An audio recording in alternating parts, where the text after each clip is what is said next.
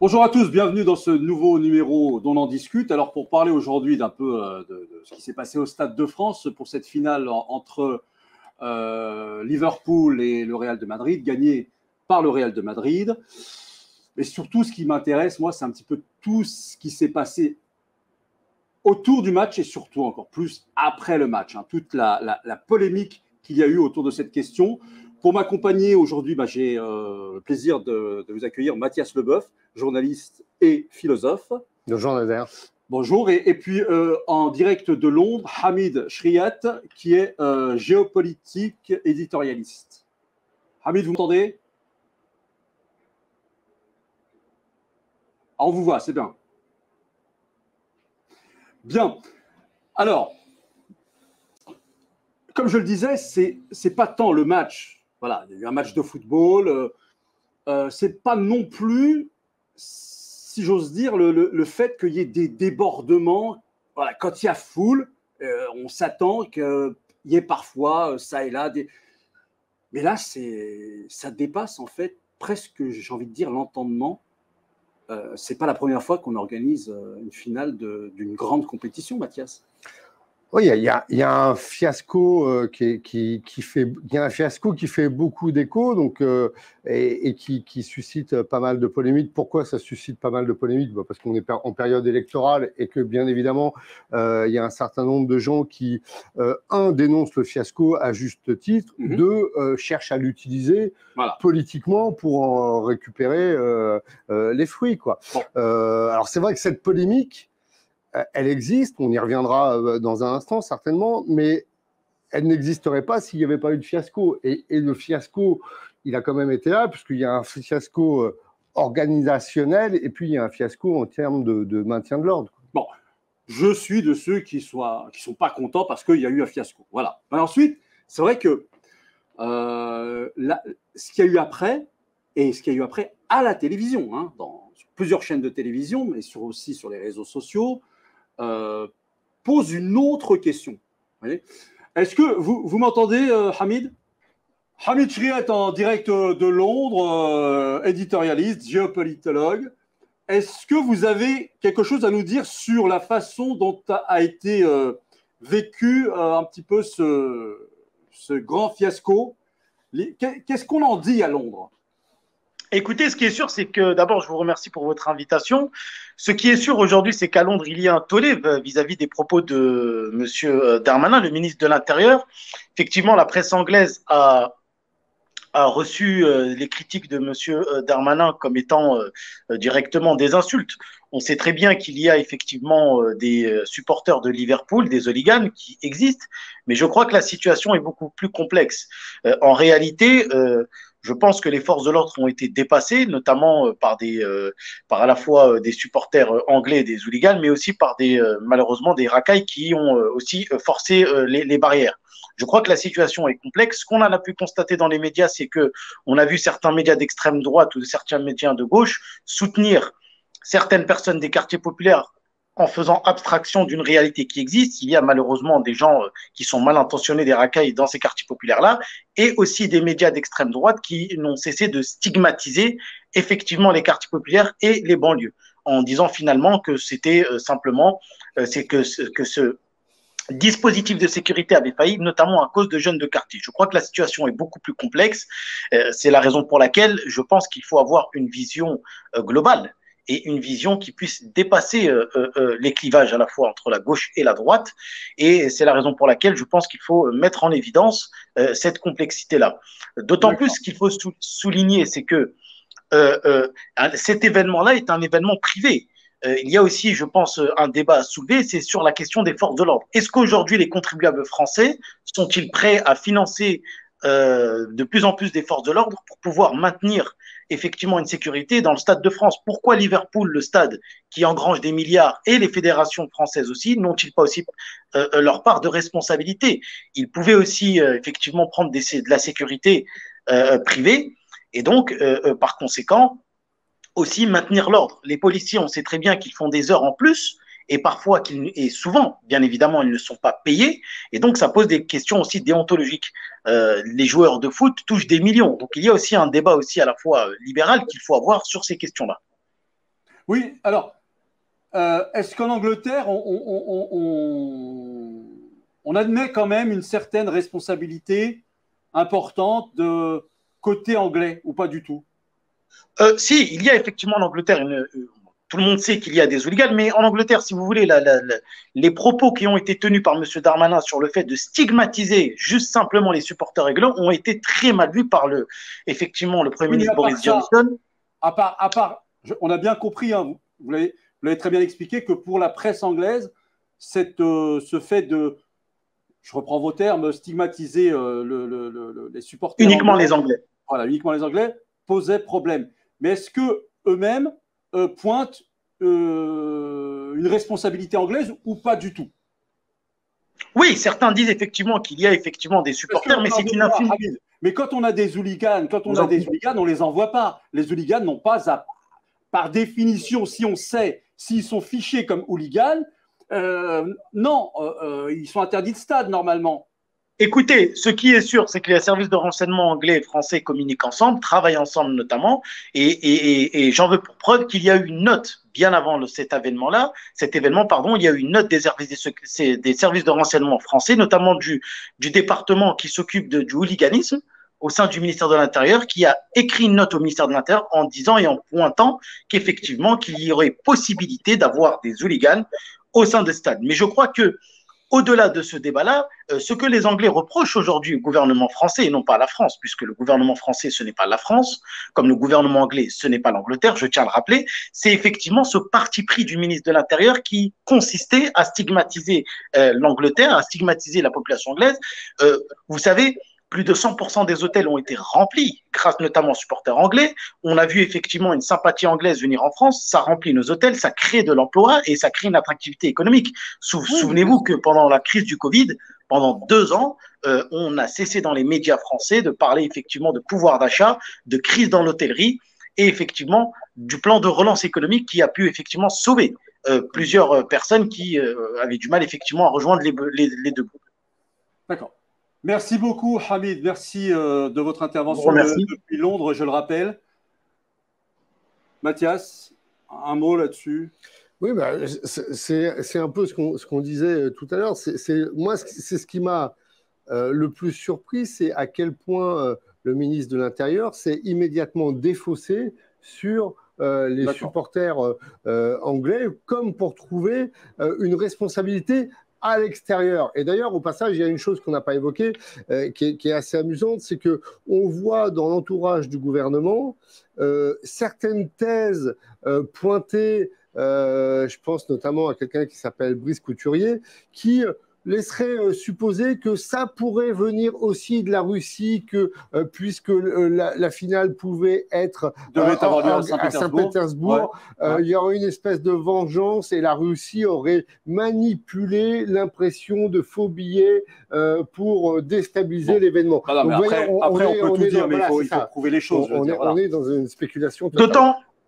D'autant plus, Monsieur Alami, si vous me permettez de rajouter un point de vue très important, c'est que, comme je le rappelais, les fédérations françaises et la FIFA, effectivement, et le club Liverpool ont des moyens phénoménaux, des moyens d'argent. La vraie question qu'il faut se poser aujourd'hui, c'est est-ce que effectivement les policiers doivent gérer les incidents dans un événement qui est privé, puisque le droit français est très clair sur la question du droit privé et de l'ordre public. Est-ce qu'ils doivent le gérer ou est-ce qu'on doit faire appel à des sociétés privées de sécurité qui doivent maintenir cet ordre-là? D'autant plus, comme je le rappelais à juste titre, c'est que ces heures supplémentaires qui sont faites par les policiers aujourd'hui, dans le cadre effectivement d'une instabilité politique française, dans le cadre d'une atmosphère, d'une campagne électorale que tout le monde a vu aujourd'hui. Nous sommes aujourd'hui dans une campagne électorale des législatives et nous sommes aujourd'hui aussi dans une crise démocratique française. Est-ce que le rôle des policiers aujourd'hui, malgré les heures qui ne sont pas payées, est de maintenir ce rôle-là et de mettre des effectifs, étant donné qu'aujourd'hui, il y a plusieurs vols sur l'espace public, il y a des meurtres, etc., etc., etc., et j'en passe, plusieurs violences. Donc, je crois qu'il y a toute une réflexion, en tout cas, qu'il faudra tenir pour ces prochaines années avec le ministre de l'Intérieur. Merci Hamid Chriet. On sent bien le libéral installé à Londres. Non, je ne suis pas libéral. Vous me connaissez, vous avez dû sûrement me lire. J'ai soutenu Jean-Luc Mélenchon pendant la campagne présidentielle, donc je ne suis pas vraiment libéral. Ça, voilà. C'est clair. Merci beaucoup en tout cas. C'est moi qui vous remercie. comment on explique, alors vous disiez qu'on est en campagne électorale, et c'est ça qui ferait que justement il y ait une autre forme, enfin il y a la troisième mi-temps, quoi. Bah, ce qui est intéressant dans ce phénomène, qui est pareil, qui est aussi un phénomène de médias, c'est qu'il y a un fiasco. Le fiasco, il est à la fois manifestement en termes d'organisation, puisque moi, si j'ai beaucoup lu sur la question, il semblerait qu'il y a une série de dysfonctionnements qui ont amené quand même à un certain nombre de problèmes, notamment sur le préfiltrage, sur les billets qui ont été faux ou pas, sur le RER-D, le parcours du RER-D jusqu'aux zones d'accès. Donc, il y a vraiment une multitude de facteurs qui ont fait qu'on est arrivé dans une situation extrêmement inconfortable. Premièrement, donc ça, c'est l'organisation. Et puis après, il y a eu un second type de problème qui est un problème de maintien de l'ordre, parce que franchement, on se demande comment la police, je crois qu'il y avait à peu près 2000 policiers aux abords du Stade de France. Bien évidemment, il y a toujours dans ce genre de situation des incidents, des gens qui cherchent à resquiller, des gens qui cherchent à rentrer dans le stade. Mais là, c'est des scènes de chaos qu'on voit complètement délirant. La police qui gaze tout le monde au lacrymo sans faire de différence entre... qui avait l'air complètement dépassé, quoi. Donc ça, c'est une première chose. Donc ça, c'est le fiasco. Le fiasco, les raisons du fiasco, fiasco organisation et puis fiasco en termes de maintien de l'ordre. Et puis après, il y a un deuxième temps qui est un temps politique, gouvernemental, qui nie le fiasco, qui dit nous, c'est pas nous. En fait, c'est pas de notre faute. Ça, c'est donc Darmanin et puis la nouvelle ministre des Sports qui ont tendance à dire en fait, il y a eu un problème, mais alors un, c'est les Anglais, deux, en fait, c'est les Anglais et les faux billets. Ça, c'est le deuxième temps. Donc la réaction gouvernementale est dans une forme. Est-ce que c'est faux que ce soit parce qu'on a quand même vu à Paris ou à Saint-Denis, je ne sais plus, mais enfin, tout est jeté par terre, il n'y a aucun respect pour. Oui, mais ça fait aussi toutes les manifestations. Ça fait, mais toutes. Et puis les faux billets. Quand on entend Monsieur Darmanin dire qu'il y a eu plus de 30 000 faux billets et que manifestement c'est ça qui a créé un engorgement qui après a amené le report du début du match et puis tout ce fiasco en termes de rentrée dans le stade, notamment sur les tribunes anglaises.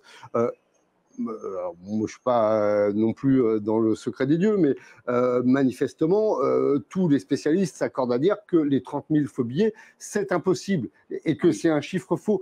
Apparemment, il y a entre 2500 et 3000 billets qui ont été scannés qui étaient pas valides, premièrement. Donc, on n'est pas sur 30 000. Apparemment, on est plus sur 3000.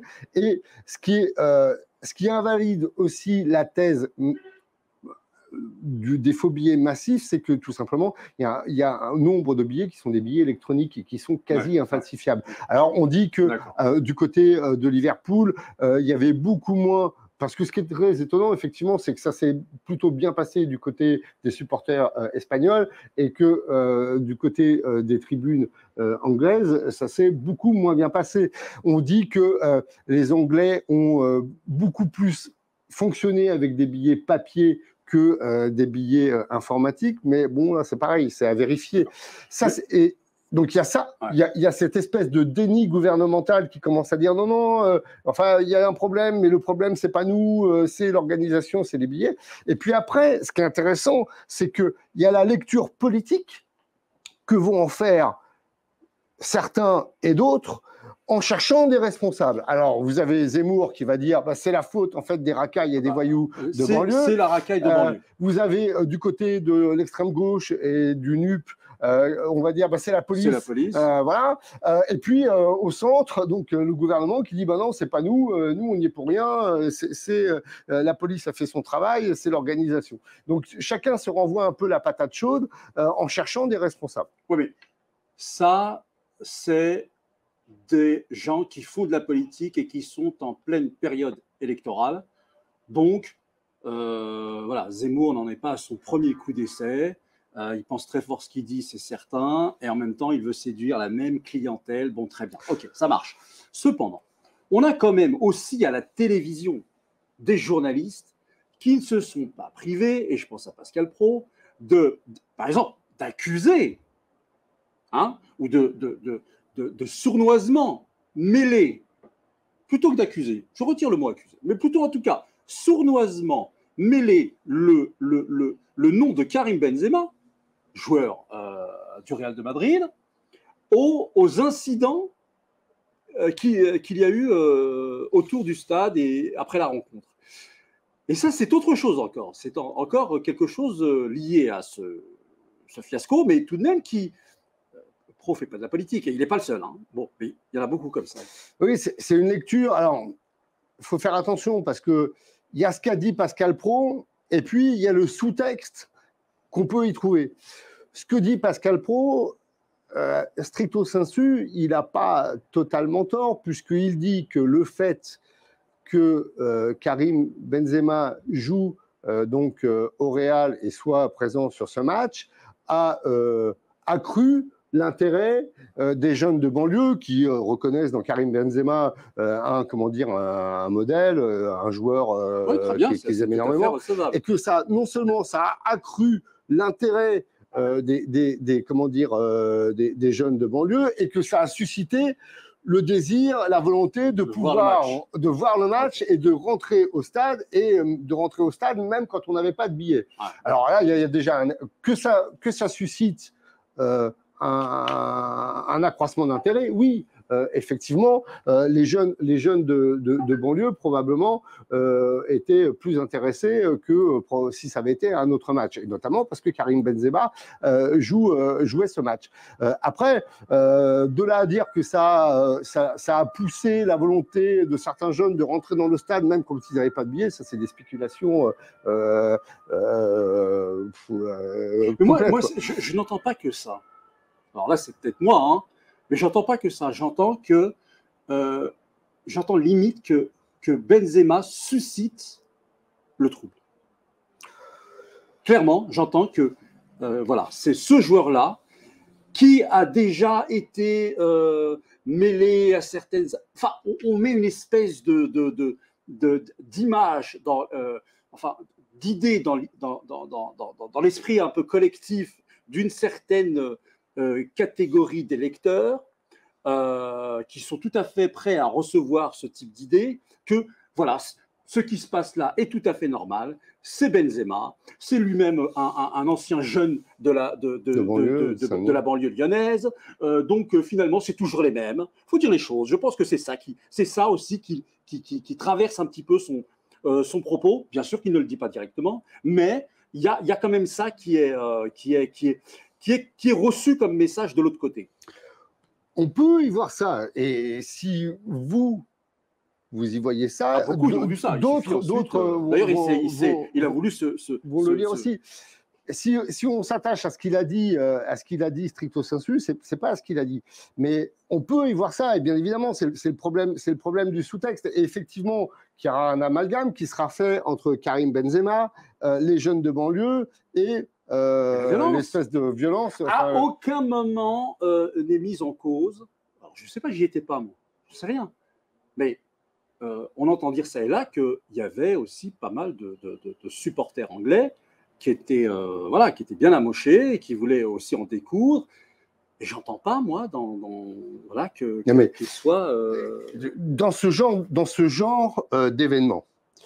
Et notamment au Stade de France. Il y a toujours ce genre de phénomène, c'est-à-dire que des supporters qui ont trop picolé, qui ont envie d'en découdre, il y en a toujours, partout, à tous les matchs de foot, tout le temps.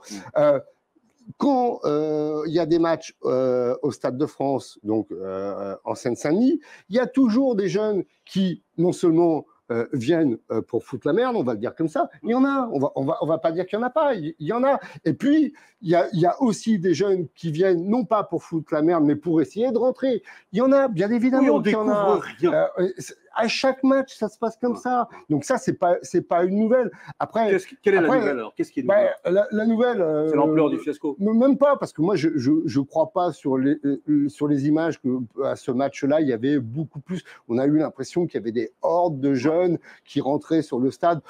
Manifestement, c'est pas le cas. Et ce qui est extrêmement étonnant, c'est que on présente ça comme ça, parce que la police le sait, il y a des drones qui surveillent les mouvements de foule, donc il n'y a pas de surprise. La surprise, c'est à quel point les forces de l'ordre ont été complètement dépassées, c'est l'incurie et l'impéritie des forces de l'ordre. Comment on peut être dans un tel fiasco, en être à envoyer de la lacrymo sans discernement comme ça?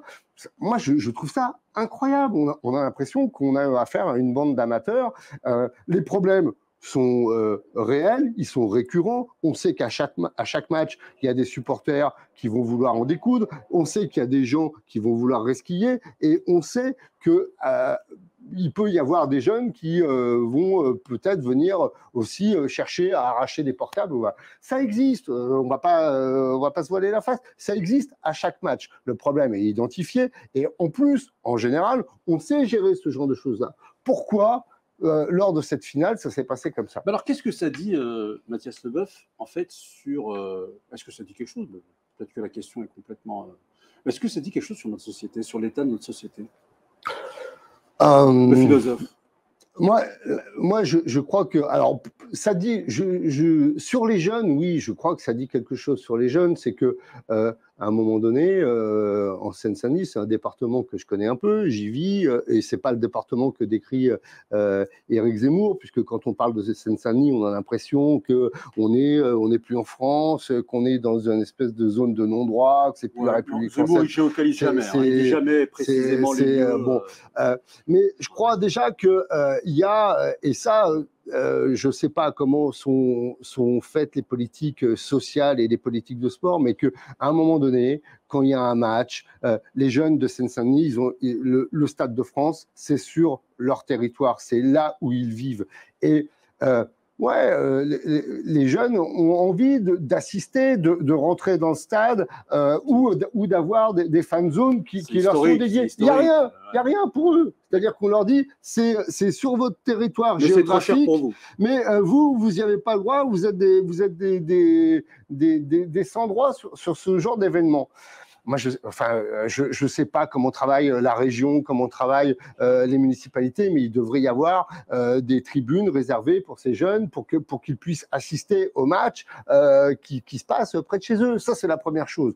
Bien sûr qu'ils ont envie de rentrer, et bien sûr qu'ils ont encore plus envie de rentrer quand un des joueurs qui leur plaît particulièrement joue ce soir-là. Je vous dis, Mathias, moi, à leur place, si je savais que dans ma ville jouait Diego Maradona, j'aurais voulu assister au match. Oui, c'est logique. Alors, ça ne justifie pas le fait qu'on puisse tout casser ou qu'on puisse... voilà. Certainement pas. Mais je peux comprendre qu'il y aurait eu une grande frustration de savoir que mon joueur préféré joue au stade et que moi, je n'ai pas droit, c'est trop cher, c'est machin. C'est ça. Vrai. Donc ça, c'est la première chose. Ça, je crois qu'on peut plus aujourd'hui dire... Ben voilà, il y a un événement majeur qui se passe près de chez vous, mais tant pis pour vous, pas de bras, pas de chocolat, vous n'y avez pas le droit. Déjà, en amont, il y a ça. Associer les jeunes... Mais vous êtes en train de me dire, Mathias, que... Attendez, personne n'a invité un groupe de jeunes à venir assister Je sais pas. Il y a probablement aussi des places qui sont dédiées, j'imagine, au conseil régional ou aux municipalités. Voilà. J'imagine, mais probablement pas suffisamment.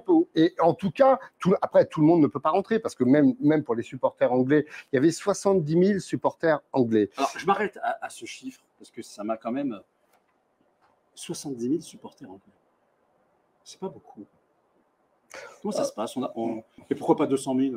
Il y avait... Non, mais ce qui est important, c'est pas tant le nombre, c'est la proportion de ceux qui ont un billet et de ceux qui n'en ont pas. Parce qu'il y a 70 000 supporters anglais, mais il n'y avait pas 70 000 supporters anglais à l'intérieur du stade.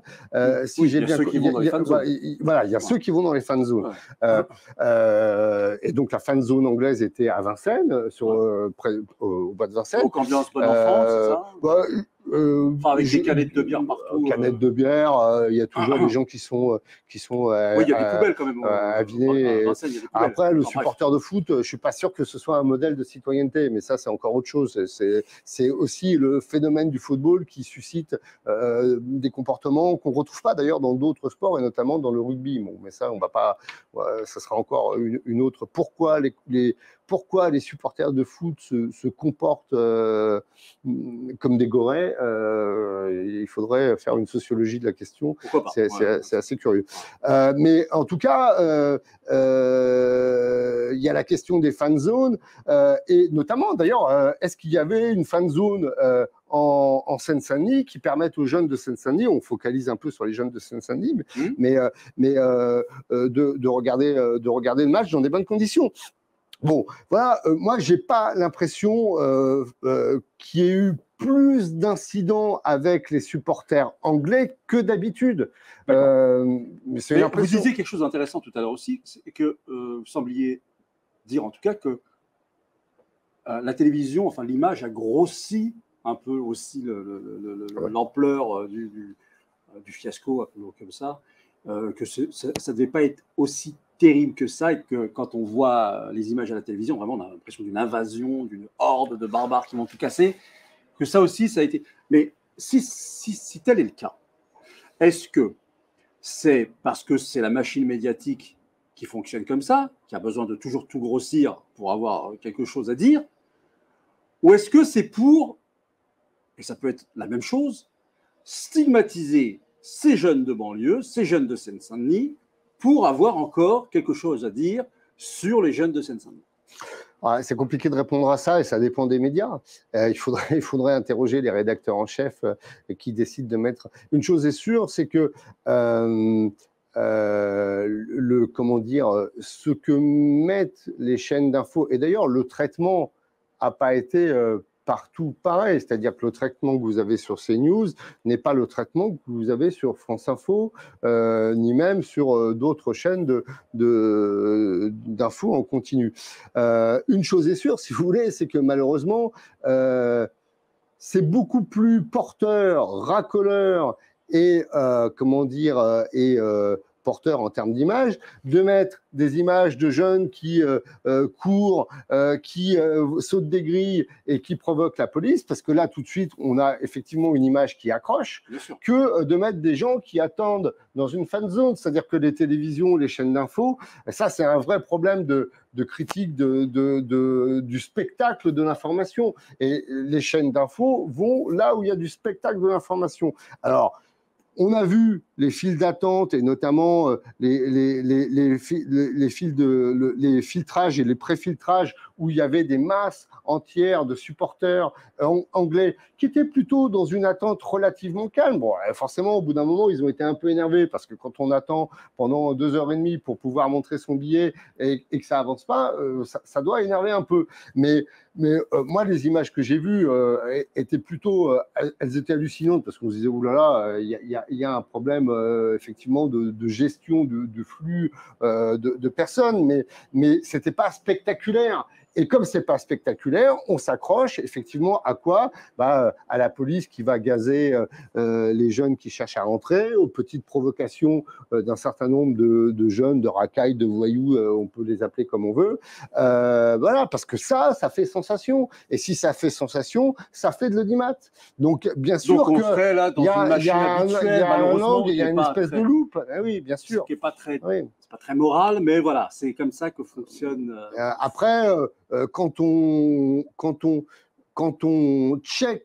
fact-check les données, je ne suis pas certain, d'après ce que j'ai pu lire, qu'il y avait plus de jeunes que d'habitude et que parmi les jeunes qui ont semé le désordre, il n'y en avait pas plus que d'habitude. Donc, par contre, la police a été plus débordée que d'habitude. et a réagi encore une fois en gazant à la lacrymo l'ensemble des gens qui étaient là, y compris les supporters anglais d'ailleurs qui se sont fait gazer et qui attendaient derrière les grilles pour pouvoir rentrer alors qu'ils n'avaient rien demandé, quoi. Malheureusement, ce qui risque de rester, c'est ça, c'est-à-dire ces images. C'est aussi ça le problème, c'est que ça façonne des sociétés, puisque le football qui était je ne sais pas si vous vous souvenez des images de la Coupe du Monde 98, hein, donc, parce que là, ça se passe en France. Les gens vont au stade, y compris le Stade de France, en famille. Vous avez des hommes, vous avez des femmes, vous avez de jeunes enfants. Donc, on avait de belles images. Et là, on a l'impression que pas du tout, ce n'est plus un endroit. C'est aussi ça que nous vendent finalement ces images. C'est que ce n'est plus un endroit, enfin, j'imagine, moi, plein de parents, par exemple, dire à leur enfant, non, tu n'iras pas au stade, ou fais très attention, n'y va pas. Parce que ce n'est plus un endroit qui est serein. Oui, ouais. Donc, c'est pour ça que ça dit certaines choses sur l'évolution de notre société.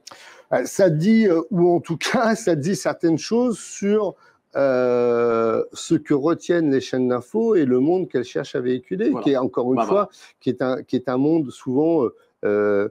c'est très simple, hein, le spectacle et la violence impactent plus que ce qui n'est pas spectaculaire et qui n'est pas violent. Donc,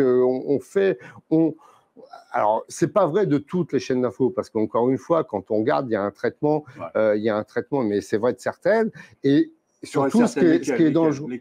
Vous avez un traitement très racoleur sur CNews, bien évidemment, quoi. Et je dis ça avec toutes les précautions d'usage, parce qu'en plus, moi, j'ai fait de l'antenne à CNews, et c'est vache pour les journalistes qui sont sur le terrain, qui essayent de faire leur boulot et qui font leur boulot correctement la plupart du temps. Mais après, c'est comment on éditorialise ces images, c'est-à-dire que c'est comment on les met en perspective. Parce qu'encore une fois, il ne faut pas nier non plus la réalité. Des troubles, il y en a eu.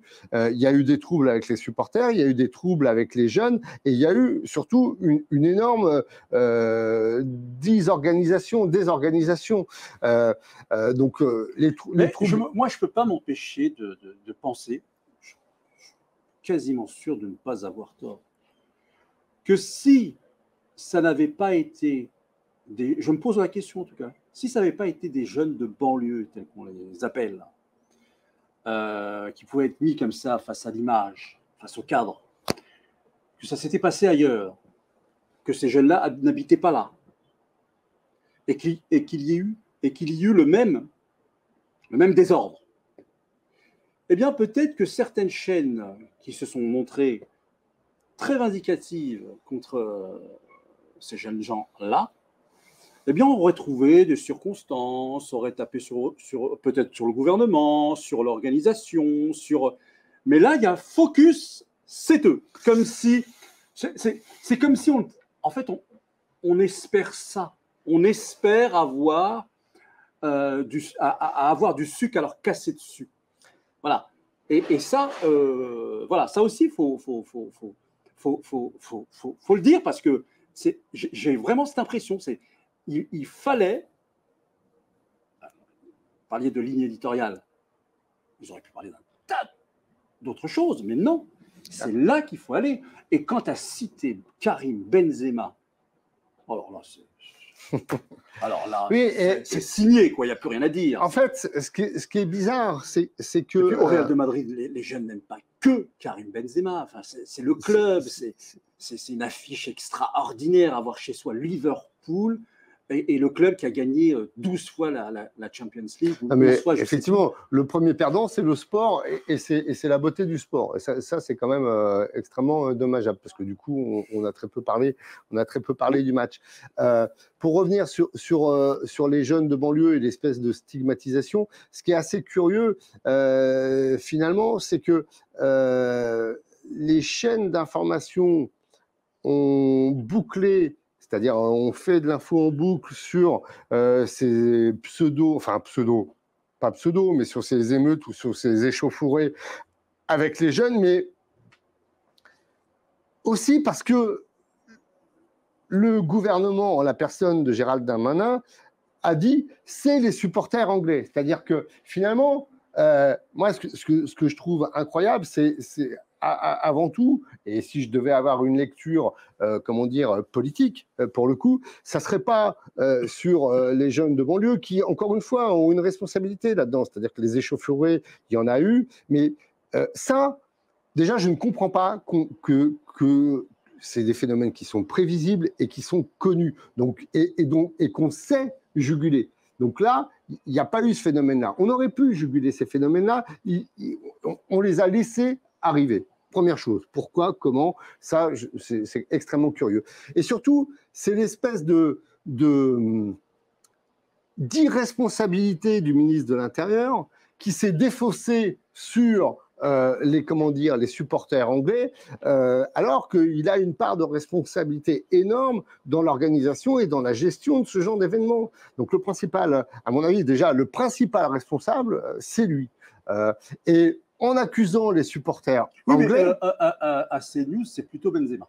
Oui, alors voilà. non, mais parce qu'il y a eu une espèce de contrebalancement. Et après, effectivement, mais bon, CNews, c'est pas toute l'information. CNews, c'est une ligne éditoriale. Bah, je parle de cette boucle qui n'est qu'une boucle. Je dis pas qu'il y a eu effectivement. Bon, voilà, il n'y a pas toute la séquence. D'accord, très bien. Mais ce sont quand même des professionnels des médias. Et ils savent non pas lire entre les lignes seulement, mais aussi dire entre les lignes. Voilà. Mais pourquoi, si on doit prendre ces news, parce que ça fait de l'audience, oui, parce que ça c'est le côté très moral, voilà. Et deux, parce que ça correspond aussi à la ligne éditoriale de la chaîne de Bolloré. Donc voilà, tout simplement, ça s'explique. Mathias Leboeuf, merci beaucoup. Ouais, merci infiniment. Et puis moi, je vous donne rendez-vous bientôt pour un autre numéro de votre émission sur RTV. On en discute. À très vite.